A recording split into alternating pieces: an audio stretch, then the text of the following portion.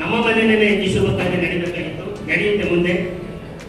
ಕಾರಣಾಂತರ ನಮ್ಮ ಮನೆಯಲ್ಲಿ ಸೂತಕದ ಛಾಯೆ ಆವರಿಸಿದ್ರಿಂದ, ಕಲ್ಯಾಣ ಮಂಟಪದ ಕೊರತೆ ಆಗಿದ್ರಿಂದ ಆ ಕಲ್ಯಾಣ ಮಂಟಪ ಇಲ್ಲಿ ಸಿಕ್ಕಿದೆ, ಈ ಪುಣ್ಯಕ್ಷೇತ್ರದಲ್ಲಿ ಸಿಕ್ಕಿದೆ.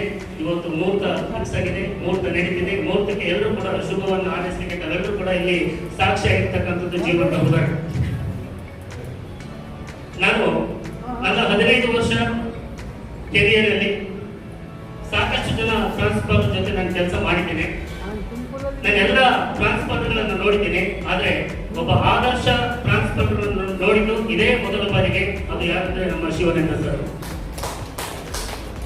ನಾನು ಒಬ್ಬ ಟ್ರಾನ್ಸ್ಫರ್ ಜೊತೆ ಕೆಲಸ ಮಾಡಿದ್ದೀನಿ 2 ವರ್ಷಗಳ ಕಾಲ ಅನ್ನೋದಕ್ಕಿಂತ ಮುಖ್ಯವಾಗಿ ಬಹಳ ಮುಖ್ಯವಾಗಿ ನಾನೊಬ್ಬ ಒಳ್ಳೆ ಮನುಷ್ಯನ ಜೊತೆ ಹೆಜ್ಜೆ ಆಗ್ತಾ ಇದ್ದೀನಿ ಅಂತಕ್ಕಂಥ ಪ್ರತಿನಿತ್ಯ ನನಗೆ ಆ ಭಾವನೆ ಬಂದಿದ್ದು ಸತ್ಯ. ನಾನು ಮುಖಸ್ಥಿತಿಗೆ ಹೇಳ್ತಕ್ಕಂಥ ಮಾತಲ್ಲ ಇದು. ಇಂಥ ಅಪರೂಪದ ವ್ಯಕ್ತಿತ್ವ ಇರ್ತಕ್ಕಂಥ, ಯಾಕಂದ್ರೆ ಇಲ್ಲಿರ್ತಕ್ಕಂಥ ಎಲ್ಲರೂ ಕೂಡ ಮಾತಾಡಿರ್ತಕ್ಕಂಥ, ಎಲ್ಲರೂ ಕೂಡ ನಮ್ಮ ಗೋವಿಂದ ಸರ್ ಅವರು ಆದಿಯಾಗಿ ಮಾತಾಡಿರ್ತಕ್ಕಂಥ ಎಲ್ಲರೂ ಕೂಡ ನಮ್ಮ ಮಂಜನೆ ಸರ್ ಕೂಡ ಹೇಳಿದ್ರು. ಪ್ರತಿಯೊಬ್ಬರು ಕೂಡ ಅವರ ಗುಣಗಾನಗಳನ್ನು ಮಾಡಿದ್ದಾರೆ. ಅದು ಯಾರು ಕೂಡ ಅವರ ಮುಖಸ್ಥಿತಿಗೆ ಹೇಳಿರ್ತಕ್ಕಂಥ ಮಾತಲ್ಲ, ಅವರೊಂದಿಗೆ ಯಾರೆಲ್ಲ ಒಡನಾಟ ಹೊಂದಿದ್ರು ಆ ಒಡನಾಟ ಹೊಂದಿರತಕ್ಕಂಥ ಪ್ರತಿಯೊಬ್ಬರ ಅಂತರಾಳದಿಂದ ಬರ್ತಕ್ಕಂಥ ಸತ್ಯವಾದಂತಹ ಒಂದು ನುಡಿಗಳು. ಇಂಥ ಒಬ್ಬ ಪ್ರಾನ್ಸಿಪಾಲ್ ಸುಮಾರು 100 ಕಿಲೋಮೀಟರ್ ತುಮಕೂರಿಂದ ಬರ್ಬೇಕಂದ್ರೆ ಎಷ್ಟೋ ಬಾರಿ ನಾನೇ ರೆಡಿಯಾಗಿರ್ತಿರ್ಲಿಲ್ಲ. ಕರೆಕ್ಟ್ ಆಗಿ 9 ಗಂಟೆಗೆ ಫೋನ್ ಮಾಡೋರು, ನಾನೊಬ್ಬ ಇಲ್ಲಿಗೆ ನಾನು ಬರ್ತಾ ಇದ್ದೀನಿ ಅಂತ ಹೇಳಿ ನಾನೇ ಚಡಪಡಿಸ್ತಾ ಇದ್ದೆ. ಸರ್ ಬಂದ್ಬಿಟ್ಟಾಗಲೇ ಒಂದು ದಿವಸ ನಾನು ಸತ್ಯ ಹೇಳ್ತಿದ್ದೇನೆ, ಒಂದೇ ಒಂದು ದಿವಸ ಪ್ರೇಯರ್ಗೆ ಆಬ್ಸೆಂಟ್ ಆದ 2 ವರ್ಷಗಳ ಕಾಲ ಟ್ರಾನ್ಸ್ಫರ್ ಆಗಿ ಕರೆಕ್ಟ್ ಟೈಮ್ ಅಲ್ಲಿ ಲೋಕಲ್ ಟೀಚರ್ಸ್ಗಿಂತ ಲೋಕಲ್ ಪ್ರೊಫೆಸರ್ಸ್ಗಿಂತ ಕರೆಕ್ಟ್ ಟೈಮ್ಗೆ ಪ್ರೇಯರ್ಗೆ ಬಂದು ಪ್ರಾಮಾಣಿಕವಾದಂತ ಕೆಲಸ ಮಾಡಿದಂಥವರು ನಮ್ಮ ಶಿವಾನಂದ ಸರ್. ಅದ್ರ ಜೊತೆಗೆ ಅದೊಂದು ಮಾನವೀಯ ಮೌಲ್ಯಗಳನ್ನು ತುಂಬಿಕೊಂಡಿರ್ತಕ್ಕಂಥ ಒಂದು ದೊಡ್ಡ ಸಾಧನ ಅದು.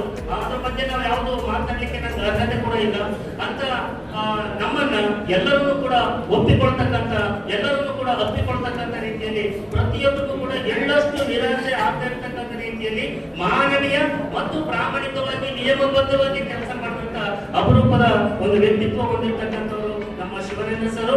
ಸೊ ಅಂತವರಿಗೆ ನಾವು ಕೂಡ ನಮ್ಮ ಕಾಲೇಜಿನಲ್ಲಿ ನಮ್ಮ ಹಿಂದೆ ಲಾಸ್ಟ್ ವೀಕ್ ನಮ್ಮ ನಾಡಿನ ಹಿರಿಯ ರಾಜಕೀಯ ಮುತ್ಸದ್ದಿಯಾಗಿರ್ತಕ್ಕಂಥ ವೆಂಕಟಪ್ಪನವರು ಅಕಾಲಿಕವಾದಂತ ಅಗಲಿಕೆಯಿಂದ ನಾವು ಕಾರ್ಯಕ್ರಮವನ್ನು ಮುಂದೂಡಬೇಕಾಗಿತ್ತು. ನಾವು ಕಾರ್ಯಕ್ರಮ 10ನೇ ತಾರೀಕು ಫಿಕ್ಸ್ ಮಾಡ್ಕೊಂಡಿದ್ವಿ, 29ನೇ ತಾರೀಕು ಫಿಕ್ಸ್ ಮಾಡ್ಕೊಂಡಿದ್ವಿ, 29/9.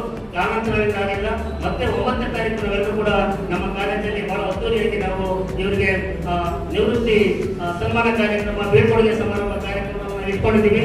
ನಾವೆಲ್ಲರೂ ಕೂಡ ಪಾವಡತ್ತ ನಮ್ಮ ಮಹಿಳಾ ಕಾಲೇಜು ಕೂಡ ಬರ್ಬೇಕಂತಂದ್ರೆ ಎಲ್ಲರಿಗೂ ಕೂಡ ನಾವು ಆಹ್ವಾನಿಸ್ತಾ ಇವತ್ತಿನ ವೇದಿಕೆಯಲ್ಲಿ ಕೇಂದ್ರ ಬಿಂದುಗಳಾಗಿರ್ತಕ್ಕಂಥ ವಿಶ್ರಾಂತ ಜೀವನವನ್ನ ಅನುಭವಿಸ್ತಾ ಇರ್ತಕ್ಕಂಥ ನಮ್ಮ ಡಾಕ್ಟರ್ ಎಲ್.ಪಿ. ಶಿವಾನಂದ ಸರ್ ಅವರು ಮತ್ತು ಅವರ ಧರ್ಮಪತ್ನಿ ಶ್ರೀಮತಿ ಪಾರ್ವತಿ ಮೇಡಮ್ ರವರು ಮತ್ತು ಅವರ ಸಮಸ್ತ ಕುಟುಂಬಕ್ಕೆ ಅವರ ಮಗಳು ಇದ್ದಾರೆ, ಮತ್ತೆ ಅವರ ಮಾವನರಿದ್ದಾರೆ, ಹಿರಿಕರಿದ್ದಾರೆ.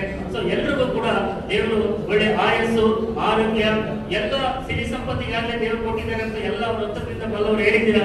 ಅವ್ರಿಗೆ ಒಳ್ಳೆ ಆರೋಗ್ಯ ಕೊಡ್ಲಿ, ಒಳ್ಳೆ ನೆಮ್ಮದಿ ಕೊಡ್ಲಿ, ಶಾಂತಿ ಕೊಡ್ಲಿ ಅಂತ ಹೇಳಿ ನಾನು ಒಂದು ನನ್ನ ದೇವರಲ್ಲಿ ನನ್ನ ಅನಿಸಿಕೆಗಳನ್ನು ಪ್ರಾರ್ಥನೆ ಮಾಡೋದ್ರ ಮೂಲಕ ಈ ವೇದಿಕೆಯಲ್ಲಿ ಮಾತನಾಡಲಿಕ್ಕೆ ಅವಕಾಶ ಕೊಟ್ಟಂತ ವೇದಿಕೆಗೆ ಮತ್ತು ತಾವೆಲ್ಲರಿಗೂ ಕೂಡ ವಂದಿಸಿ ನನ್ನೆರಡು ಮಾತುಗಳನ್ನು ಮುಗಿಸ್ತಿದ್ದೀನಿ. ನಮಸ್ಕಾರ.